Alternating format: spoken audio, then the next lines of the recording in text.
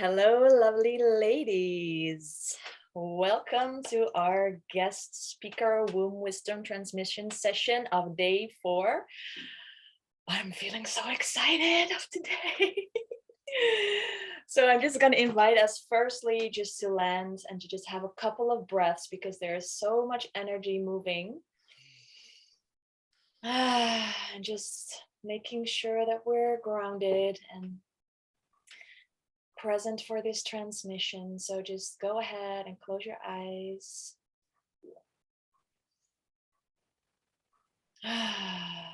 Let's just take a couple of deep breaths into the belly together.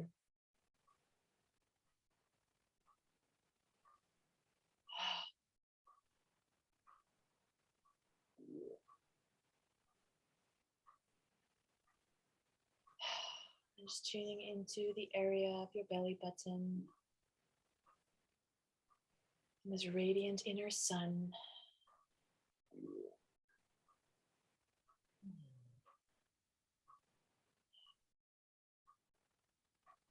And just taking a couple of breaths with your pelvic floor.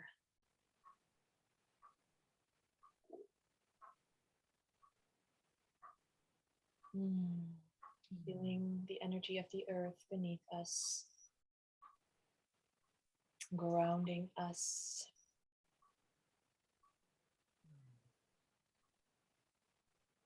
And just welcoming in all of this solar energy in a grounded way.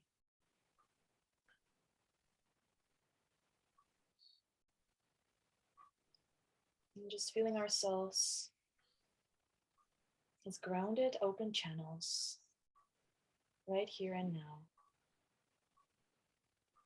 Receiving the energy and letting it take roots into the earth.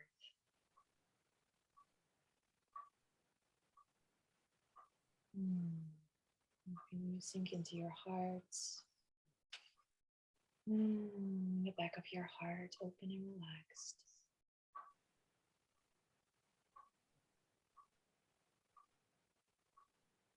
And just during this transmission, staying rooted in your belly, receiving the energy inside of your belly.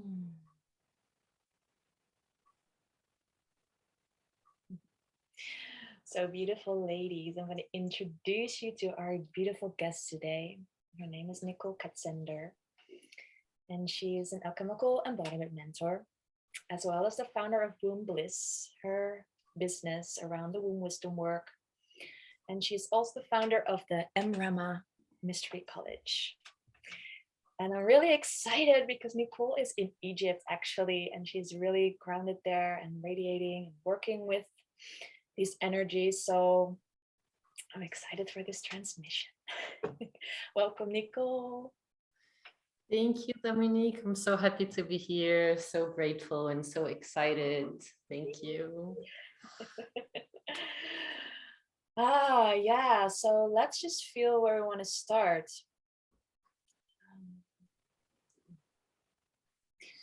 Yeah, maybe you can just start by sharing your work with Sekhmet and just sharing how you sense these times and like these coming back of all of these mysteries and things that are so important for us women to now remember and embody.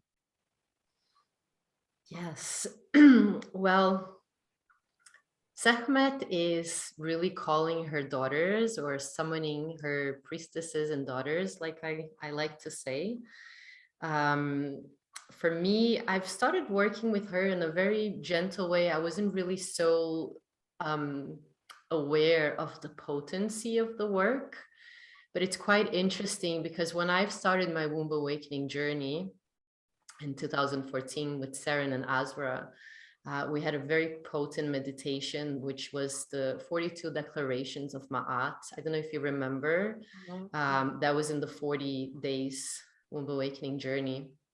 And back then it was guided differently. So we actually were going under the Sphinx in the temple that it's underground.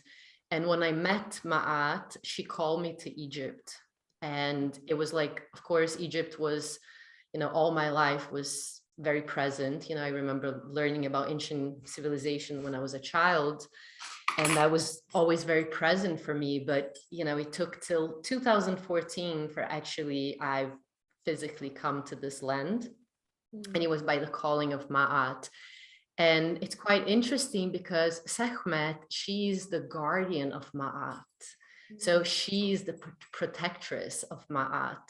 And, you know, Ma'at being not only the Egyptian goddess of cosmic balance, but also being the cosmic balance itself. So I feel like that was the beginning of the seeds, which I wasn't really aware of the immense work with Sekhmet that was unfolding.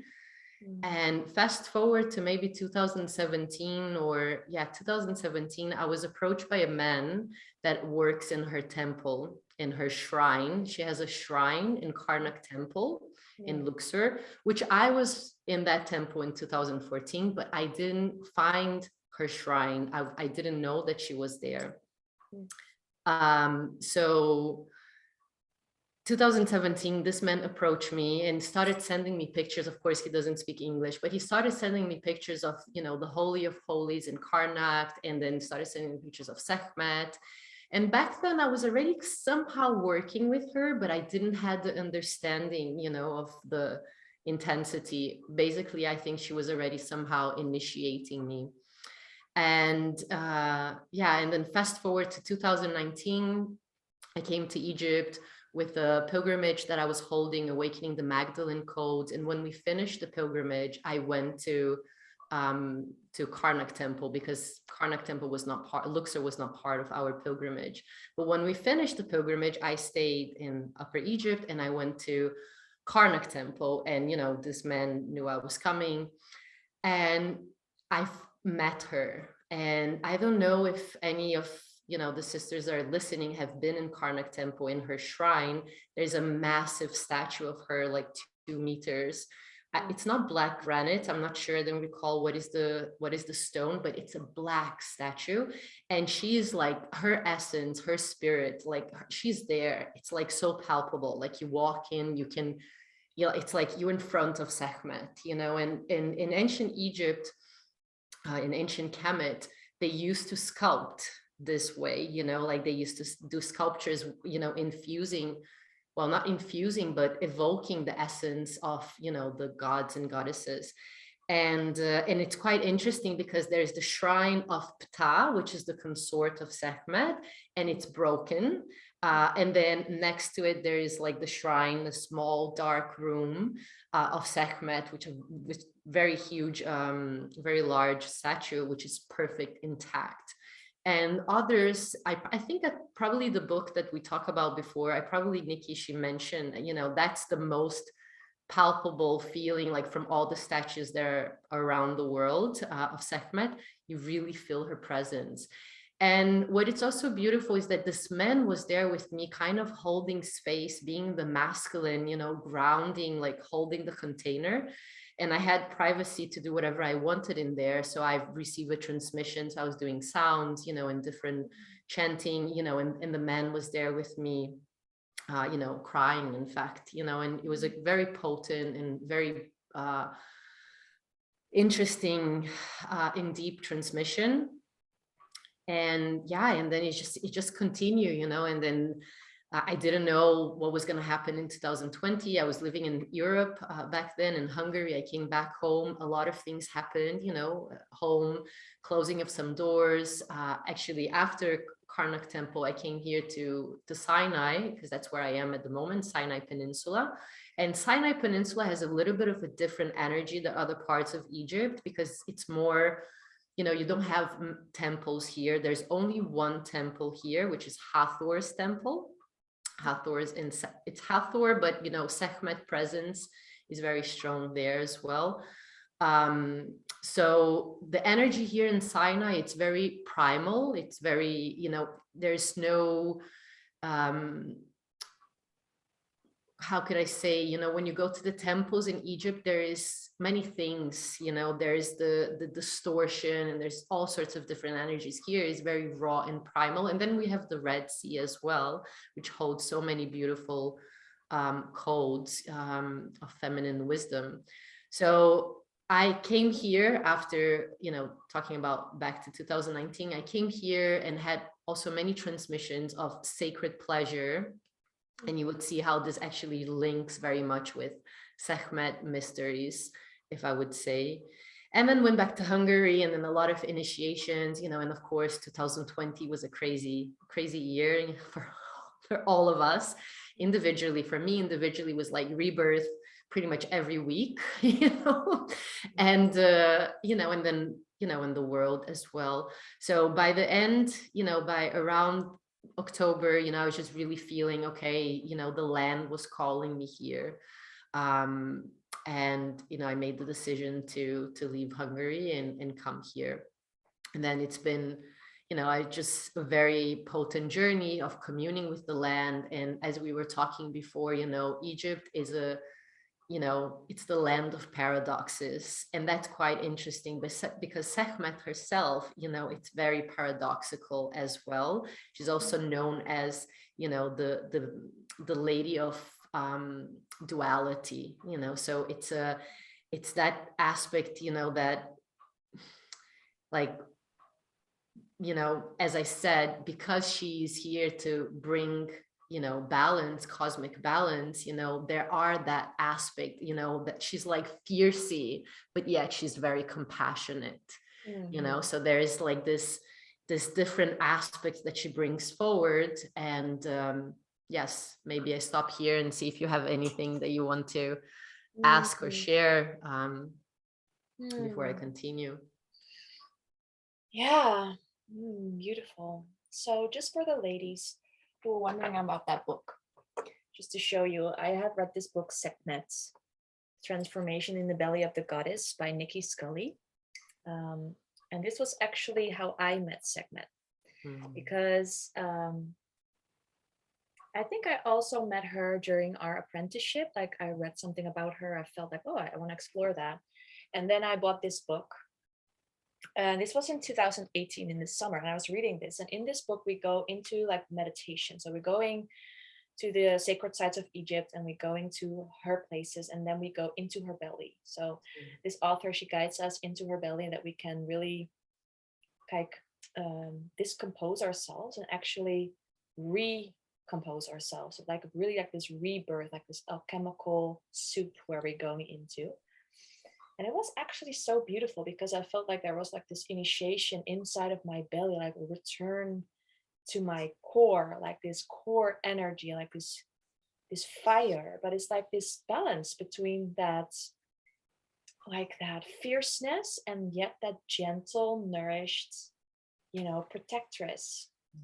And it was very interesting because when I was working with her, I got pregnant. I conceived my daughter. So I was like, wow, this is really such powerful work.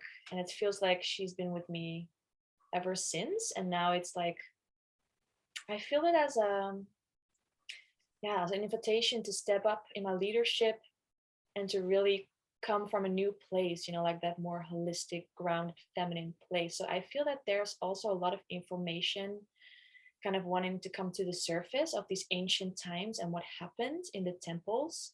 Because what I feel is like really this, that she's guiding me towards these, like these rites with sexuality, like these sacred sexual rites where there happened something in that polarity, like with the masculine and the feminine.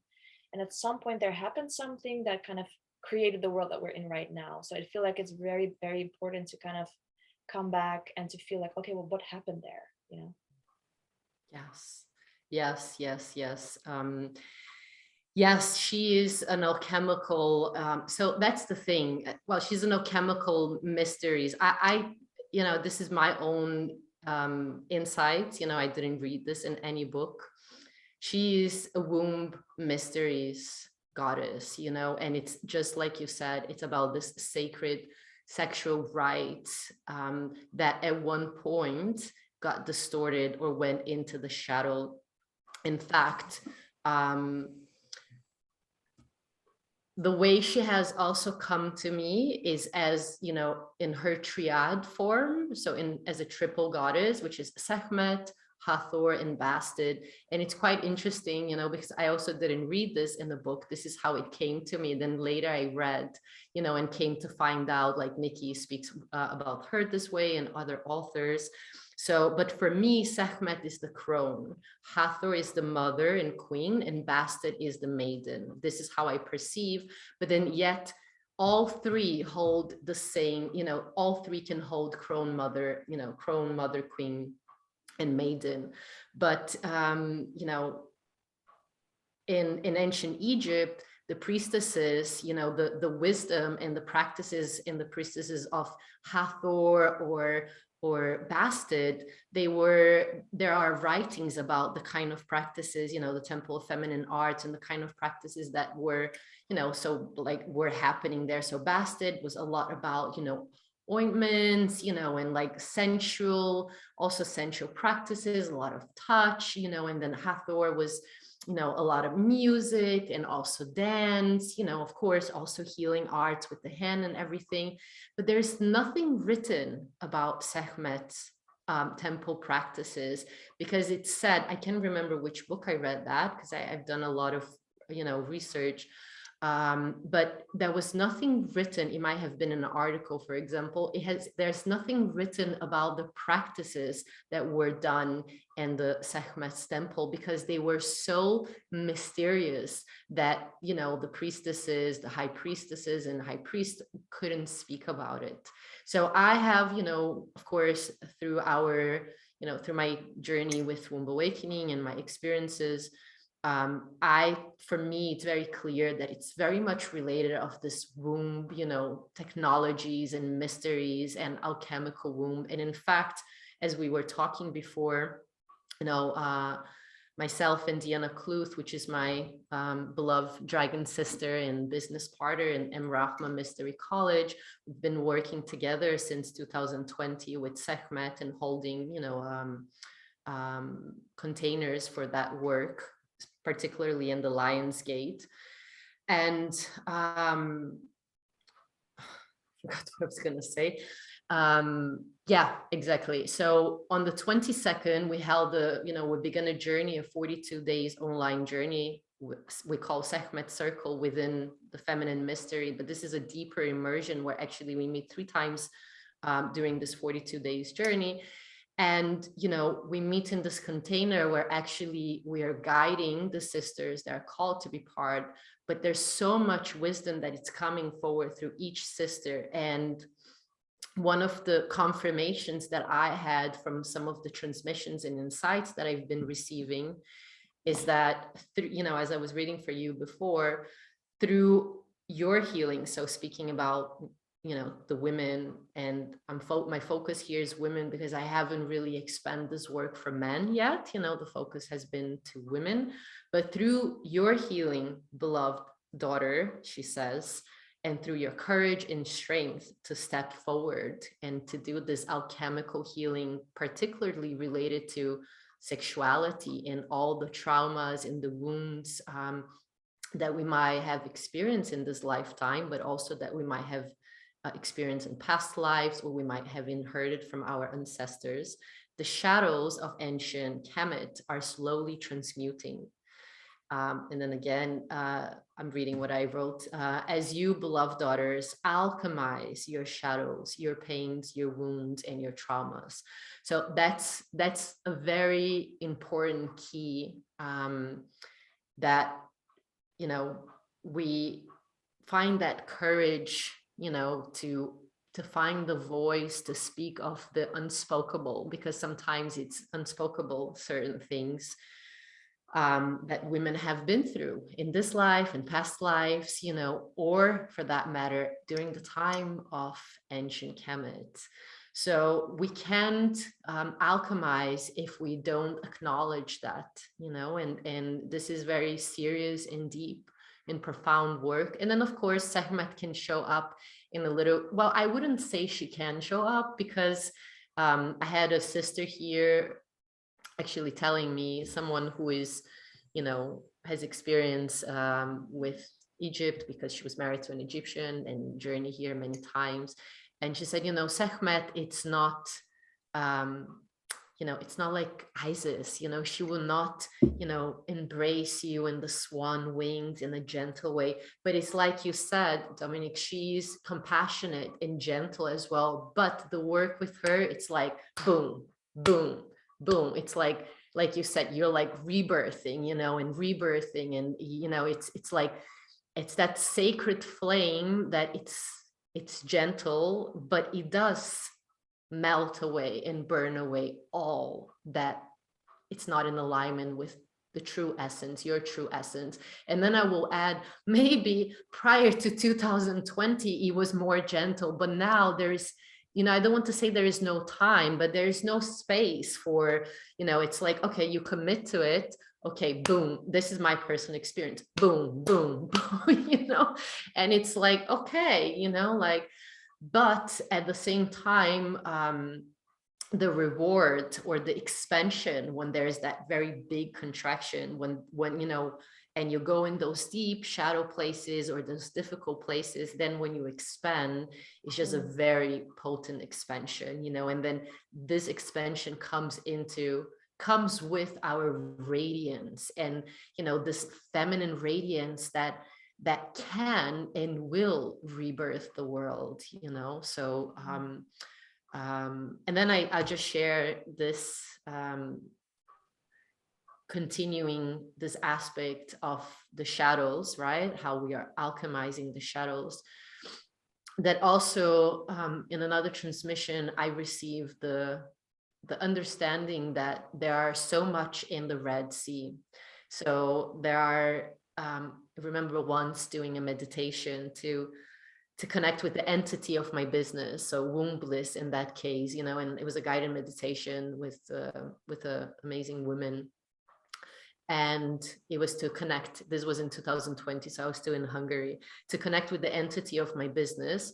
And then of course I was immediately transported to Dahab, right where I am right now. It's Dahab, Sinai, sitting on the, you know, on the shores of the Red Sea. And then when I've tried to connect, or when I connected with my business or the entity of my business, it was the Red Sea. And I'm like, okay, like how am I supposed to even get information about my business when I'm connecting with the sea? And then the message was very clear.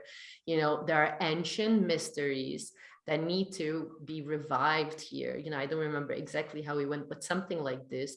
And I'm like, okay, well, that's great clarity, you know, to move forward. And, you know, I stayed with that.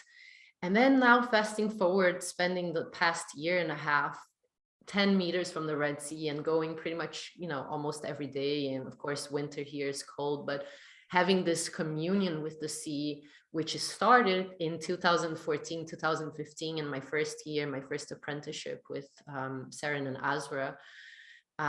It's very clear to me, and also with transmissions that, you know, have come to the sisters that are participating in our circles. It's very clear to me that there were a time where the priestesses, the high priestesses and priests, actually have hidden certain codes within the sea, within the Red Sea. And, you know, that might be not only here, we're talking about Sekhmet and we're talking about Kemet, but, you know, I'm certain about other places in the world as well, you know, as I've received this guidance before, that the ancestors have left ancient technologies and ancient wisdom within the land, within the mountains, within the rocks, you know, for the time that it's safe and it's right for us to unlock, because it's through our unlocking within our DNA, within our you know, energetic body, our emotional bodies, then we can unlock what it's left behind. And this is another very potent message that, you know, came forward with 22 to 22, is that those, you know, those technologies are available now, those wisdoms and mysteries. And I say technologies because that's how the transmission came forward, you know, so it's not just wisdom and mysteries, it's technologies as well. And it's, you know, now it's the time, it's safe, you know, and this was direct to me, but, you know, for whoever listens to this, you might feel, if that's direct to you as well, that you're ready, you're ready to commune with that and do your part, your role in unlocking those mysteries. So, and it's closing with, through the alchemization of your shadows, by really facing those shadows and the pain and the wounds, and not hiding from them, then, you begin to unlock something within you, then unlocks in the land. And then I receive this little incantation, invocation, language. I don't resonate with calling light language, so I will not label anything, which is ichi ichi kuta isha kumaya, ichi ichi kuta isha kumaya, ichi ichi kuta isha kumaya. So this is related to the alchemization of the shadows and wounds and pain and traumas from ancient time, from previous lives, from current life. Yes, so this is something very, very important at this moment. And then it comes also with the invitation of find our voice, our mighty voice. And it's for me, I can say personally, I've always I always had a voice. But at the same time, I remember when I was 18 and I was presenting an article I wrote about self-esteem, and I went into the to the stage to present, and I just couldn't speak. My voice was shaking, and shaking. And luckily I was in in a container with like-minded people that were also studying consciousness, and psychic abilities and etc. So, they held the space for me, but I was like shaking, like my voice. And as I've kept going into, finding my voice, now when I think about it, like 2014 or 15 to now, the shift, of like having the voice, to say things, having the courage to say no, that's not acceptable, and understanding, that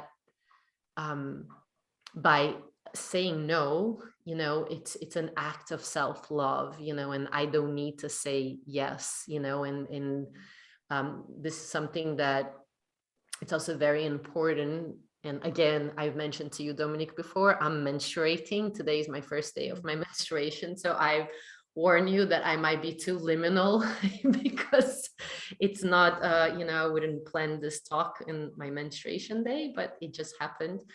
So, but by, this is actually how I roll anyways, in the feminine way. So if you're watching us and maybe, it's just too much, maybe you might want to just take a moment and close your eyes and just allow, the voice and the transmission to come. But when it comes to our voice, finding, like, this is what Sekhmet has, taught me or guide me to, is that even if the voice, even what, your expression, it's like fiercey, and like angry, and I'm not here encouraging anyone to be angry, but just to remind ourselves how long our voice has been suppressed. So it's okay if when we come forward with the voice that it comes out a little bit roaring, and like, and it's okay, because it's necessary in order to bring that ma'at, So again, I'm not encouraging anyone to be angry, but it's important to understand that sometimes it's necessary to roar, and maybe I'm pronouncing wrong, but to allow that to come out. Because what I've experienced here, particularly maybe because I'm in Egypt, the times that, I'm roaring, I'm not doing only for myself. I'm actually doing for all the women that yet haven't found their voice to do so. Yeah. Yeah, that's beautiful. I feel like I've also received some initiations around anger. And, because especially when you're kind of coming into that creativity, like that creative flow, there can be like this edge or this like this lid that's kind of there. And for me, it definitely felt like pressure or like frustration. It was like this there all the time, you know, like activating my mental body and like that frustration. And then, you know, learning how to kind of let that out. But if that's the first time you're letting it out, it can be like breaking, like a volcano, like just erupting, you know. So I feel like it's so important to have that safe space, to kind of have that awareness around that, and just feel like, okay, it's okay.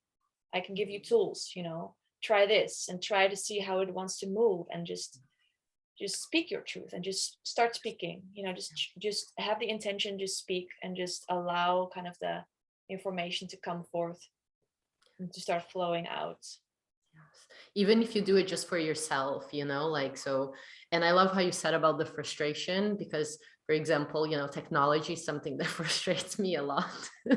So, you know, if I'm like working and I have to do things, and then all of a sudden I wrote a beautiful post, and then, you know, I lose that post, you know, I'm sure that probably you've been through this with Facebook, you know, and then I'm like frustrated, but instead of keeping that frustrated, I literally have to voice that. So I might make like, oh, you know, and like I voice that out, and then it's just out of my body. So I think we haven't been taught how to express anger, you know, in a healthy way.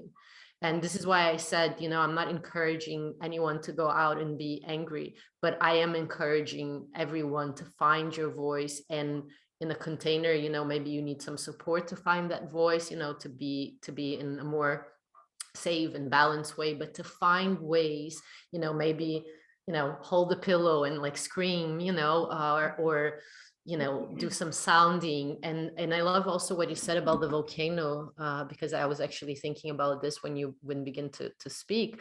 Like, Sekhmet is the Kundalini life force, you know, she's that lava, you know, that like that, yeah, that dragon Shakti energy. So yeah, the expression sometimes is wild and intense, you know, but this is why I love this triad aspect of her, which we call Sehaba, you know, Se from Sekhmet, and Ha from Hathor, and Ba from Bastet. So we call Diana and I Sehaba. Is that when we are working, for example, in the container we are holding now for 42 days, like we are working with that sacred flame and fire of Sekhmet, but we are encouraging also the women to also use and utilize the other elements and the gentleness and nurturing aspect of, you know, of Hathor, and, you know, the sensual and like purring and like, you know, and like, yeah, sensual aspect of Bastet, you know, to actually bring that. And then again, Sekhmet has many faces herself too, you know, she's not just a fiercey lioness, you know, she's a compassionate and gentle mother. And it's just very beautiful how one of the sisters shared like how sometimes she comes to her just like with those big lion paws, you know, and just kind of like like just kind of push her to do what she needs to do, but with, you know, like, I don't know how you say that in English, but just kind of tapping her like this with her, you know, her lioness paw. So yeah, it's a very beautiful,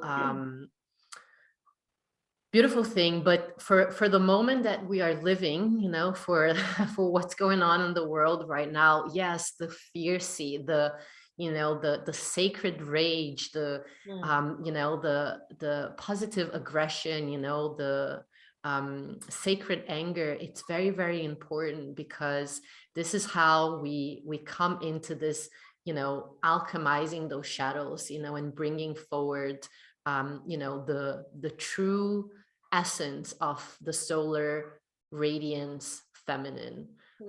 And, you know, yeah, so I don't know how much time we have. I definitely want to do a little guided meditation.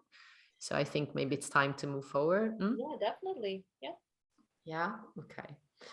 So I'm going to invite everyone to just find a comfortable position. You might just want to be seated if it's easier for you, or you can lay down as well. But if you're seated, just make sure you have both of your feet on the ground, feeling the soles of your feet touching the ground. And I'm just gonna take a moment to kind of open this space now, even though we already opened before with Dominique, but just calling Sekhmet by chanting her mantra or her sacred sounds, just for a couple of moments. And then I invite you to just feel your connection to the earth through the soles of your feet. And then your connection to the cosmos through your masculine crown on top of your head. And just taking some deep, gentle breaths into your body, into your heart, into your womb. Just noticing what is present in your body at this moment.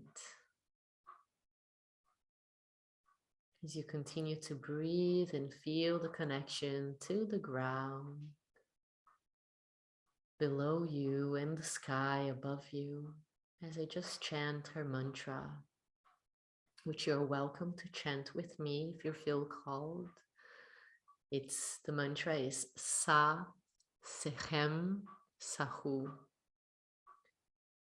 Just gonna do that briefly, just to kind of invoke and call our beloved Sekhmet in all her facets.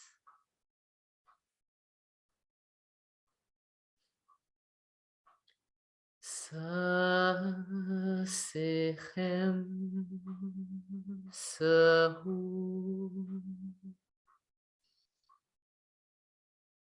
Sa, Sechem, Sahu. Sa, Sechem, Sahu.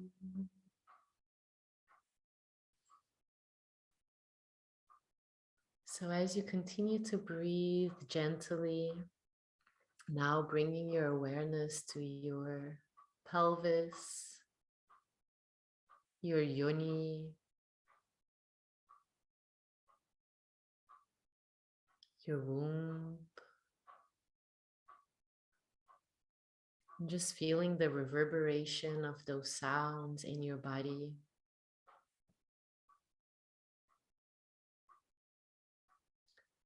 As you just take a moment to imagine yourself sitting in the throne of your being. Allow your imagination to guide you as you just notice this throne, as you feel your womb uniting in sacred union with your heart, and your heart uniting in sacred union with your womb, creating an infinity loop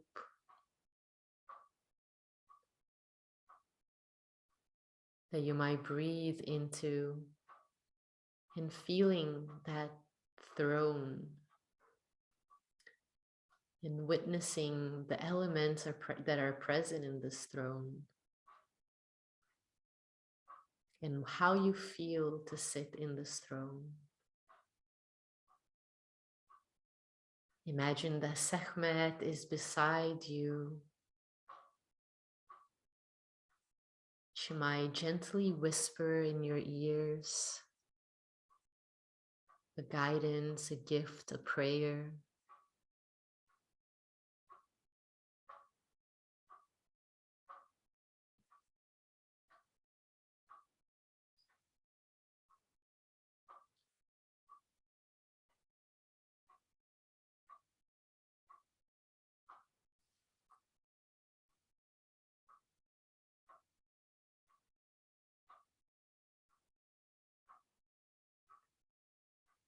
And she whispers to you, beloved daughter,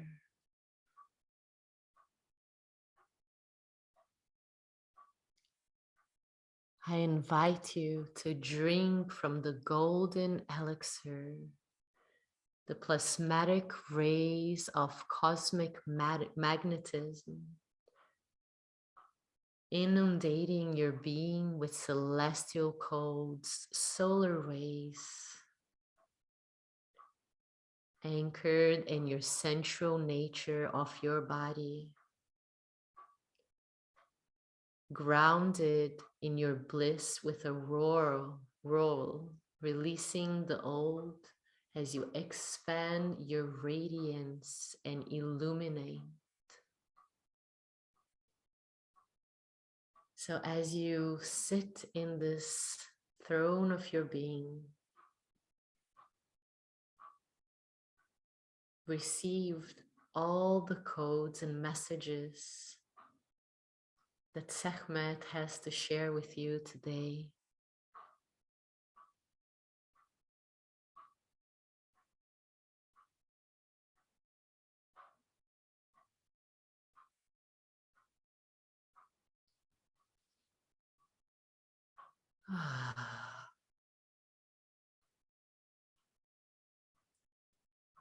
And then you're invited to continue to breathe and be receptive, opening your bodies, your physical, energetic, emotional, and mental bodies to receive the solar codes, the codes that Sekhmet in her triad expression has to share with you.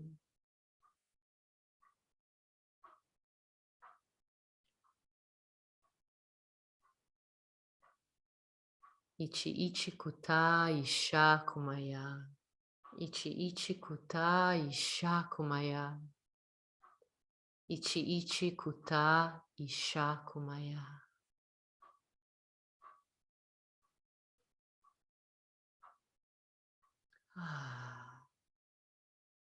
And then Sekhmet invites you to just take a inhalation with your nose or mouth if you're comfortable. Do it with your mouth. Inhaling and exhaling with your mouth, just giving a little bit of voice to what you might be feeling at this moment.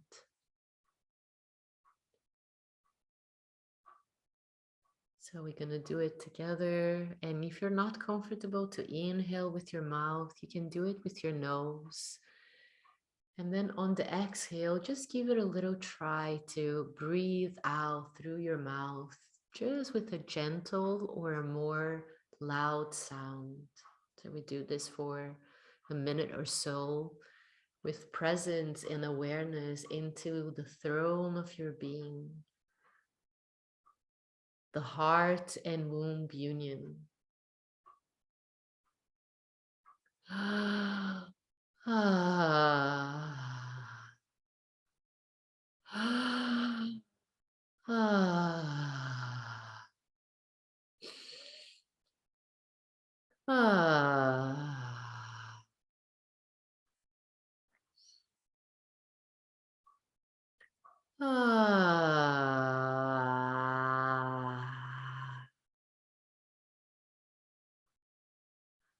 And that sound might be a more releasing or simply a sound of pleasure, of feeling this union of heart and womb, feeling this soft power when you sit on the throne of your being and you embrace your feminine radiance, your feminine beauty, your feminine soft power. We might be a sound of a frustration of not being here before in this throne. You just welcome those sounds. Just do it for a few more breaths. So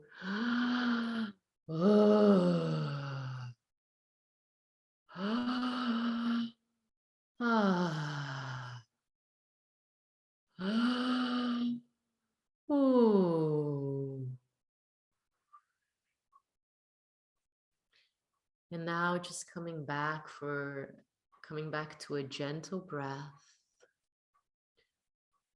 through the nose.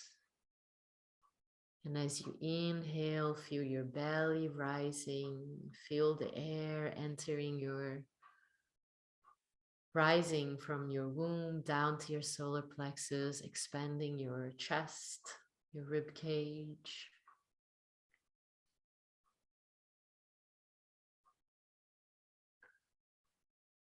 Feeling the soles of your feet touching the ground below you as you ground yourself and root yourself into the earth, rooting any guidance, any messages, any feelings or sensations that have been positive to you during this short meditation, breathing them into your body, and breathing them down to the earth.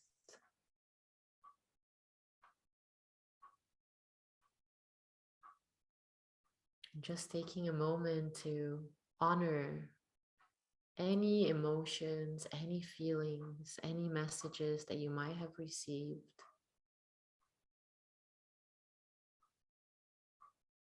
Just taking another breath in connection to Sekhmet, receiving what she might have to give you, receiving her unconditional love,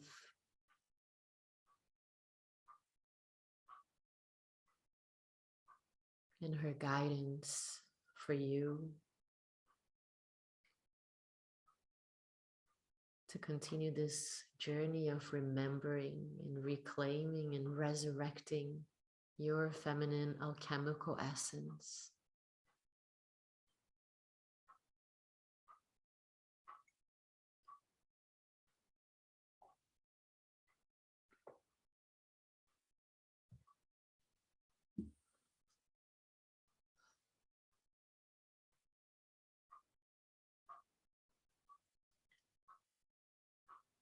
Then I'm gonna chant 3 more times Sekhmet's sacred sound, and you're welcome to join me.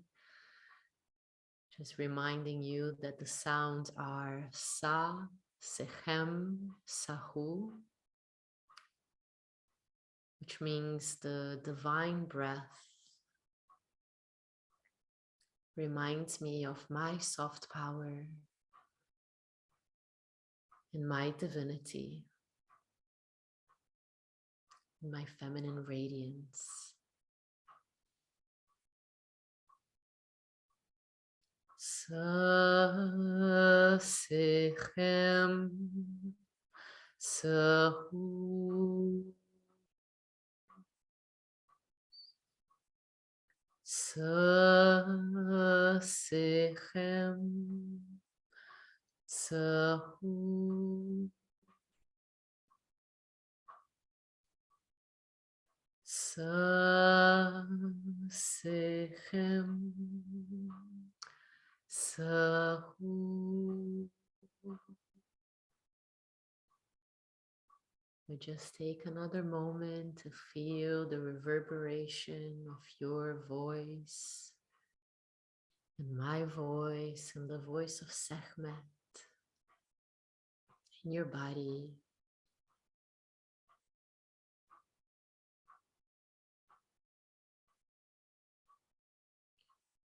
And then very gently,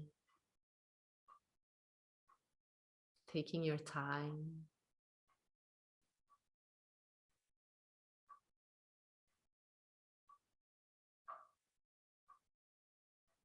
whenever you're ready,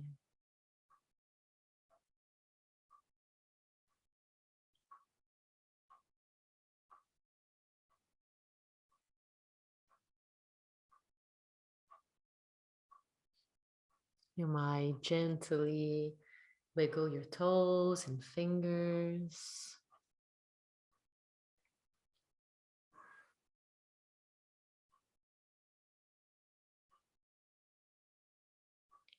And then whenever you're ready, you can gently open your eyes. Perhaps before opening your eyes, you might want to rub your hands or place your hands in different parts of your body where you feel called. Maybe touch your face before opening your eyes or after. And just feeling your body, feeling your physicality, loving yourself a little bit before opening your eyes.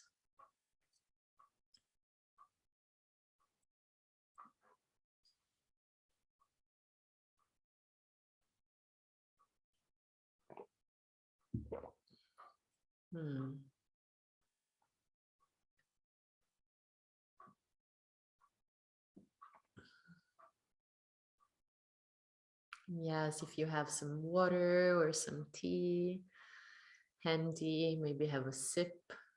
Um,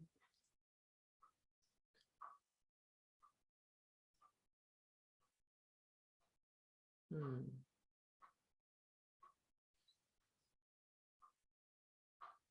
So I would love to hear from anyone that has anything to share. So I will be posting in the group, or maybe I think underneath. I'm not actually on Facebook, but oh, okay, I see. So yes, please, if you have anything to share,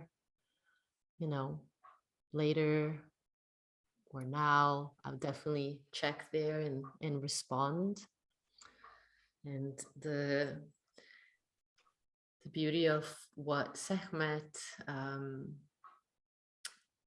mysteries is that each one of us that are called to her have a piece, of the big thread that we are all weaving together. So it's very beautiful to witness what comes forward.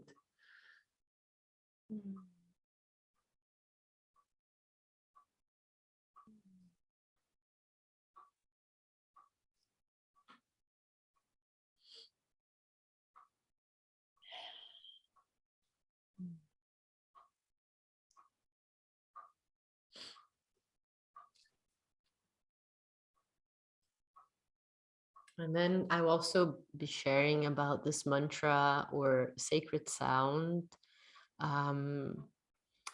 which, we always invite and encourage, especially when it comes to this solar radiance, the solar codes, the solar womb awakening, as you put it, Dominique. It's very, if anyone resonates, right, with Sekhmet and feels called, it's very powerful.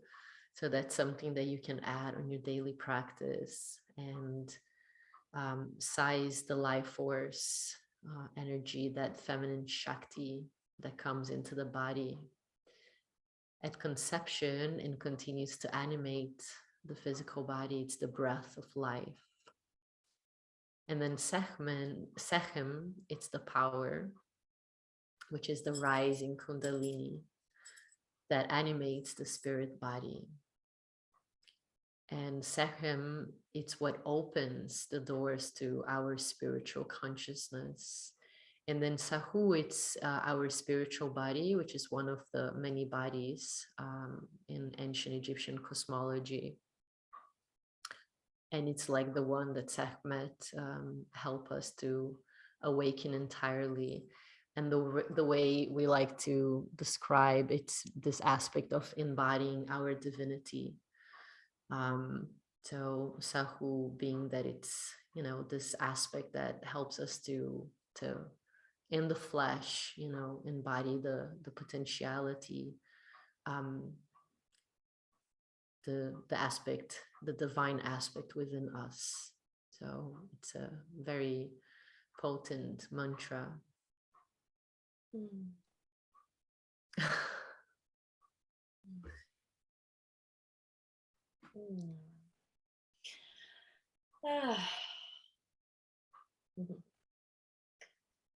Oh, I feel really like my belly is like starting to talk like this. I can feel this. It's starting To talk, like even Mm, like physically, like movements and like mm, sounds. But mm, I feel like there's like this that's how I've sensed it actually. It's like there's this ball of information kind of in the belly. And I feel like as you were talking about these codes in the land, I feel like there are codes in our bodies like stored there and they're kind of encapsulated, until our awareness has kind of softened enough to kind of move into those places and kind of activate those places. And I feel like there's really a place in my solar plexus that is kind of, yeah, a place like that diamond in a rough. I'm still working with that and it's kind of moving, and I kind of feel like as we're doing this meditation with these frequencies, I feel like, I feel it, and it's okay, it has its own timing and it will unfold. And yeah, what came up for me really bigly is also the safety around doing this kind of work, and kind of having these unconscious tensions coming up and just softening into those first, because we need to root that inner safety, mm, because we can fully open those codes, I feel. mm. Yes. Yeah, when we are ready, they open. Mm-hmm. The work, even with Sekhmet, the work, it's gentle, it's still that gentleness. It's not pushing to open, whatever. She will not push you to open what you're not open, what you're not ready to open. But she will definitely bring forward, what you need to see. Mm-hmm. That's for sure. And what you were mentioning about the safety, this ichi ichi kuta isha kumaya, it's part of this gentleness and safety, that it's safe now. This is also a big message, that it's safe now to allow this radiance, and this like feminine wisdom to come forward, so that it's safe to alchemize the shadows. And then I love what you said about this capsules in the body. Yeah, because what I feel for me is that first something has to happen in the body to be able to activate what is in the land, in the sea. It's kind of it's working somehow together. And yeah, it's this core of this ichikutai ishakumaya is like, it's yeah, it's the container is for that, I'm not saying this container here, but in your personal individual journey, there's it's safe now. Let's not even say in your personal, it's safe now to blossom, so yeah, maybe this is what I want to leave as the message. And then the blossoming, it's very individual, right? So there are flowers that might blossom very fast and flowers that might be just gently starting to blossom. Mm-hmm. But it's safe to blossom. Yeah, beautiful. And I also find it beautiful that you were talking into this greater context of the other elements, that we are, as we're blossoming as flower, that we have to root down and into the earth and feel the water and the air, and the sunlight. So I feel like that's why it's so important to be rooted into our wounds, into our cores, because it's only when we're rooted down that we can find our organic rhythm.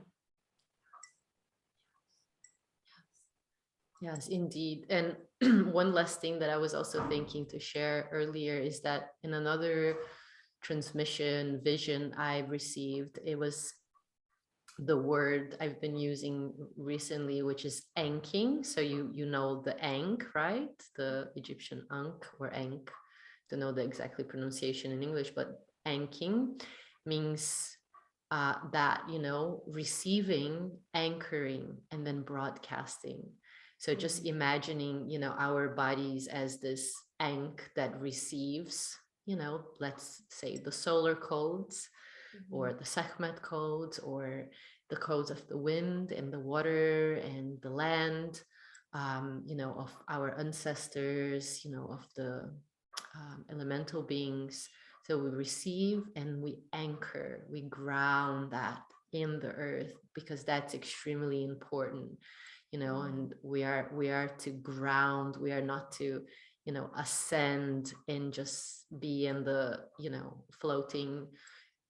We are descending to then ascend. So it's a descension. For, I don't even like to use the word ascension. I don't resonate so much, but anchoring this codes in the body and then on the earth. And then by doing that, then we broadcast, because this is just pure energetics, right? So it's just natural. When we are, feeling bliss, we are radiating that bliss, we're broadcasting that, so um this is also important when we are doing, you know um conscious expressing, in a safe and contain, or in a safe container, our anger, for example, because we are also broadcasting that code of, it's okay to, as a woman, right? It's okay to express, and I'm not talking about that anger,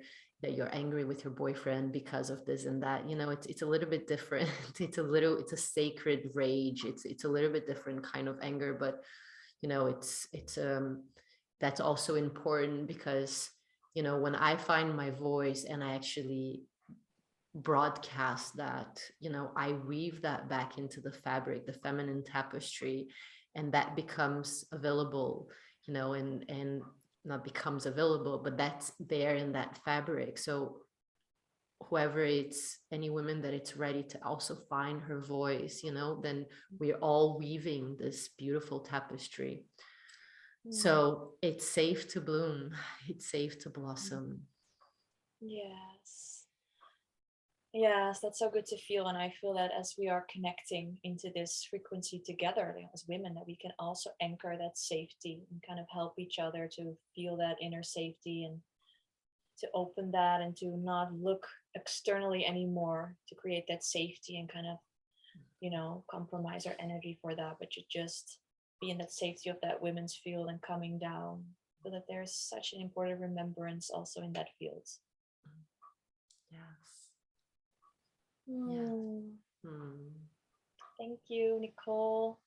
Thank you for the beautiful meditation. And just as we're rounding up the conversation,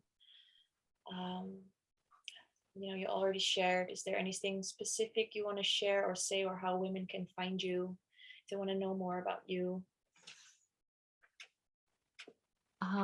Yeah, they can find me on Womb Bliss. So it's womb, and then with the same B for womb, you add bliss. So WOMBLISS.com. And then, of course, I'm on Facebook. So as Ishtara Nika. So Ishtara, it's my womb name, which I was guided to just use that on social media. But I love my birth name, which is Nicole. So you can choose if you want to call me Nicole or Ishtara, either are good. And yes, for anyone that feels this calling with Sekhmet, or resonate with, the medicine that I bring, please reach out and can, see what ways I can support you. Yeah. Thank you. Thank you. And I've actually received this guidance, and I feel that until the 4th, I would like to make available the transmission I've mentioned in Karnak Temple. So I'll probably, if it's okay, I'll share the link, or I will talk to you in private and we'll see what is the best way. But it feels, I received that, and that's available as a product in our website. But I feel called to offer, that for this 4 days. I mean, 4 days, this yeah, maybe it's around, no, not 4 days, but this few days that you have here. Mm. Mm. Mm.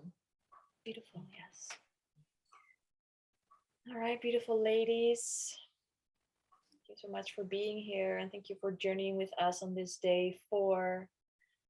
I feel like it's been such a beautiful center point of our journey. And so please take care of yourselves as well. Make sure that you are resting enough and drinking enough. We are going to have this weekend for integration. So just allowing yourself to just sink in with these energies and just maybe practice some of the exercises we did during the morning meditations. And you can catch up on the replays, just have that organic rest. And then we will see each other again on Monday for our morning session. So for now, we're thanking Nicole for being with us in her transmission. Yes, and we're wishing you all a beautiful, beautiful evening. Goodbye, lovely ladies.